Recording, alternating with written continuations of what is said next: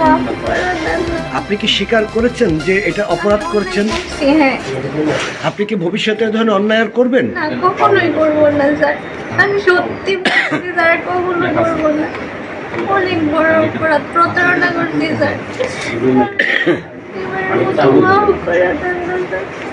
এর আগেও কি আপনি ঢাকা মেডিকেলে এসেছেন কখনো? এরকম আসি নাই, মানে আশা হয়েছে যদি কারো কিছু হয় তো মানে বের করে দিতাম, আমাকে কিছু টাকা দিত, জাস্ট এতটুকু। আপনার নাম কি?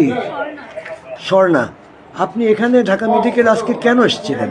মানে আমার একটা আত্মীয় আর কি, যিনি ইসলামিক ব্যাংকে কাজ করে, উনি আমাকে বলছিল যে ওনার ফর্ম যেটা ভর্তি যে হয়, ওই ফর্মটা আর কি ওনাকে ফিল আপ মানে বাউ করে দেওয়ার জন্য সব কিছু। আচ্ছা, আপনি আপনার আত্মীয়কে হ্যাঁ। হেল্প করার জন্য আসছিলেন, ঠিক আছে। আপনি এই যে এই অ্যাপ্রনটা কেন পরেছেন? এটা আমি মনে হচ্ছে ওনার অপারেশনটা যদি একটু আগে করানো যায় এটার জন্য। তো অ্যাপ্রনটা আপনি কোত্থেকে কিনেছিলেন বা কিভাবে সংগ্রহ করেছেন? কিনি নাই স্যার, এটা মানে টেলার্স থেকে বানাইছিল। টেলার্স থেকে বানাইছেন? তা আপনি কি জানেন যে ডাক্তারের অনুমতি ছাড়া বা আমাদের চিকিৎসক বা নার্স ছাড়া এই অ্যাপ্রনটা কেউ পড়তে পারে না? এটা তো আপনি জানেন। আপনি কি স্বীকার করেন যে এটা আপনি একটা অপরাধ করেছেন? অনেক বড় অপরাধ করছি স্যার। আমি এটার মধ্যে কেউ জড়িত নাই, আমি নিজে মানে একটু আপনাকে আগানোর জন্য বলছিলাম। আজকে সকাল কয়টার থেকে আপনি ঢাকা মেডিকেলে এরকম ঘোরাফেরা করছিলেন? আমি 11-10টার সময় আসছি। 10টা-11টা থেকে কোন ওয়ার্ডে ঘুরছিলেন আপনি? ঘুরে নাই স্যার, 303-এই ছিল। 303-এ। তারপরে আপনাকে কিভাবে ধরা হলো? বা ক্লাস 78 পর্যন্ত ওই আপু আসছিল। আচ্ছা, ওনার নাম হলো স্বর্ণা, কিন্তু আমি ওনাকে চিনি না। ওই চিকিৎসকের নামও ছিল স্বর্ণা। কিন্তু আমি আমার নামেই সঠিকটাই বলছিলাম, স্বর্ণা।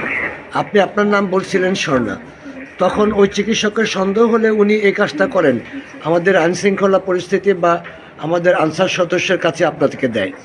বিষয়টা কি এরকম? হ্যাঁ, এরকম। তা আপনি কি একটু বলবেন যে আপনি এই যে যা করেছেন, আপনি একজন চিকিৎসক না হয়ে একটা অ্যাপ্রন পড়েছেন, এটা আপনি ভুল করেছেন বা অন্যায় করেছেন, এটা কি আপনি মনে করেন? জি স্যার, আমি অন্যায় করছি স্যার। আমি সবখানে স্বীকার করছি স্যার, আমি অন্যায় করছি।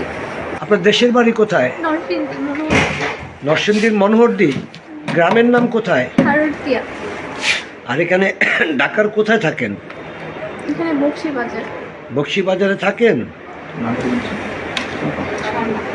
আপনার পুরো নামটা একটু বলবেন, কি নাম? স্বর্ণা? পাপি একটা স্বর্ণা। পাপি আক্তার স্বর্ণা। আপনি লেখাপড়া করেছেন? যে ইন্টার পরীক্ষা দিচ্ছি। ইন্টার কোন কলেজ থেকে পড়েছেন? নরসিংদী মহিলা কলেজ থেকে। নরসিংদী মহিলা কলেজ থেকে। এর আগেও কি আপনি ঢাকা মেডিকেলে এসেছেন কখনো? এরকম আসি নাই, মানে আশা হয়েছে যদি কারো কিছু হয় তো মানে বের করে দিতাম, আমাকে কিছু টাকা দিত, জাস্ট এতটুকু।